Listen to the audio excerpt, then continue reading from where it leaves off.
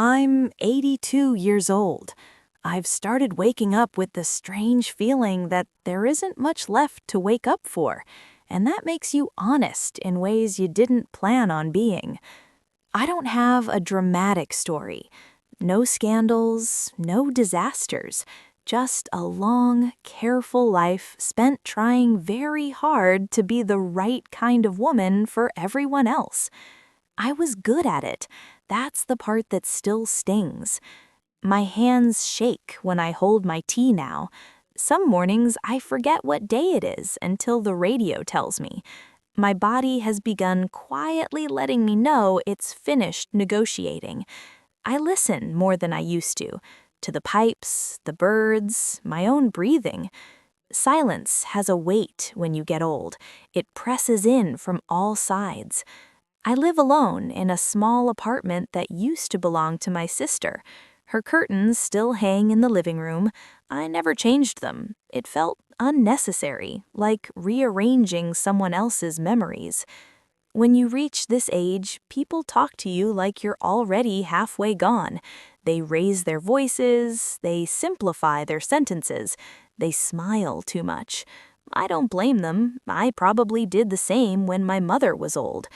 But inside, I'm still the same woman who stood in her kitchen at 35, folding her husband's shirts exactly the way he liked them, wondering vaguely why her chest felt so tight. I didn't have language for that feeling then. I just assumed that was adulthood. I grew up in a house where quiet was considered polite and sacrifice was considered love. My mother never sat down until everyone else was finished eating. My father rarely noticed, and that was considered normal.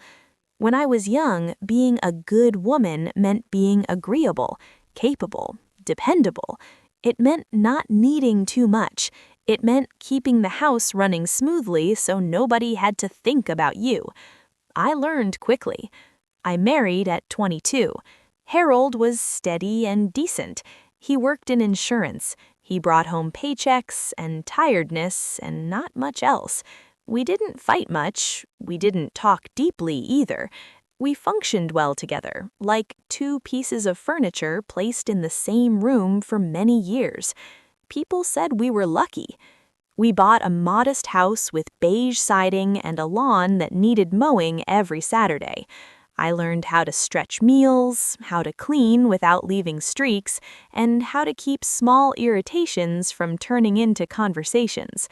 I worked part-time at the library after the kids were born, shelving books, checking returns, breathing in that quiet paper smell. It was the only place where nobody needed anything from me. Even there, I tried to be useful. I stayed late, I filled in when someone was sick, I smiled at patrons even when my feet hurt. Being reliable became my whole personality. I told myself this was what responsibility looked like. I told myself everyone felt a little hollow and simply didn't talk about it. There was always something that needed doing. Lunches to pack, permission slips to sign, shirts to iron, thank you notes to write, doctor appointments to schedule, birthday cakes to bake. Life didn't feel heavy in one big way. It felt heavy in 1,000 small ways that never quite added up to something you could point at. Sometimes I'd catch myself staring out the kitchen window while the sink filled with warm, soapy water. I'd wonder what it would feel like to not be needed for a day. Not in a dramatic way, just quietly absent. Then the kettle would whistle and the moment would pass. I didn't think of myself as unhappy. That word felt too large, too indulgent. I thought of myself as tired and useful and ordinary. I rarely said no. It felt selfish. I rarely asked for help. It felt weak. I rarely admitted I wanted anything that didn't fit neatly into the life I already had. If someone needed a ride, I drove. If someone needed extra hands at school, I volunteered. If Harold wanted meatloaf again, I made it. I became very good at disappearing inside my own life. The years didn't rush by the way people say. They stacked up slowly, like plates in a cupboard you keep meaning to organize. The kids grew up and left, Harold kept working, my library hours expanded. I filled the empty space with more usefulness. I told myself there would be time later, time for reading the novels I kept meaning to open, time for traveling beyond the same 3 vacation spots, time for learning the piano like I once dreamed when I was a girl. Later always felt reasonable. It never felt like a lie. Conversations I meant to have stayed in my head. Apologies I planned to say got postponed because the moment didn't feel right. Small hurts settled into quiet corners and stayed there. You don't notice the cost at first. It's too subtle. It looks like responsibility. It looks like maturity. It looks like being dependable. It doesn't look like loss. Harold retired when he was 65. He didn't know what to do with himself. He followed me around the house, rearranged drawers, watched too much television. We argued over nothing and everything. One afternoon, he asked me what I wanted to do with all this free time. I remember standing there with a dish towel in my hands, completely blank. The question felt almost rude. I couldn't think of an answer that didn't involve someone else. I laughed it off, made a joke about catching up on laundry. He shrugged and turned the television back on. That could have been a moment. I didn't know it then. My sister, Margaret, got sick a few years later. Cancer. It moved faster than any of us expected. Hospital rooms have a particular smell that never leaves you once you've known it. I sat by her bed, holding her hand, listening to the machines, watching her chest rise and fall like a fragile agreement.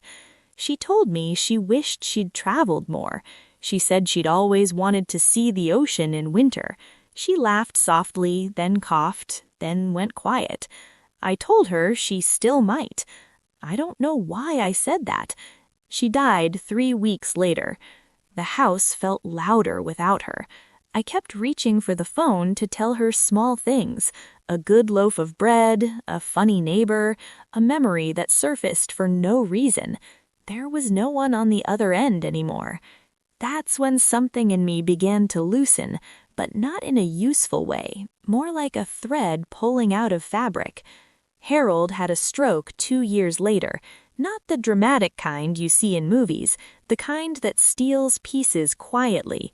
His words got tangled, his temper shortened, his independence shrank. I became his caretaker without thinking about it. It felt natural. It felt expected. I fed him, bathed him, managed his pills, cleaned accidents off the floor, learned how to lift him without hurting my back too badly. I loved him in the way you love someone you've shared decades of routines with, but there was also a deep, tired resentment I never admitted out loud. I had never belonged fully to myself, and now there was even less room. He died in his sleep one winter morning. I found him cold and still, the room quiet in a way that felt wrong. I sat on the edge of the bed for a long time. I didn't cry at first. I felt something closer to emptiness than grief. It wasn't until weeks later, after the casseroles stopped coming and the house settled into its new shape, that the truth began to press in. There was no one left who needed me in the way I had built my entire life around. That's when the clarity arrived, not like lightning, more like a slow ache that wouldn't leave. I began to see the shape of what I'd traded away, not for something terrible, for something safe, for approval, for being seen as good. I had postponed myself into a corner. What's permanently lost isn't just time, it's the versions of me that never got to exist. The woman who might have traveled alone, the woman who might have said no more often, the woman who might have made room for her own quiet wants instead of swallowing them. Those women are gone. They never aged into me. They simply never happened. I can't go back and have those conversations. I can't start over in a body that tires this easily. I can't rebuild relationships that faded because I was always busy being useful. Some people will remember me as kind, as reliable, as someone who always showed up. Very few will remember who I actually was inside because I rarely showed that person. That's a strange thing to realize at the end of a life. If you're listening to me, I'm not trying to teach you anything. I don't have lessons left in me. I only know what it felt like to keep assuming there would be more time to become myself. I know what it felt like to confuse being needed with being alive. I know what it felt like to wake up one day and realize the waiting had quietly become my whole life. If I had understood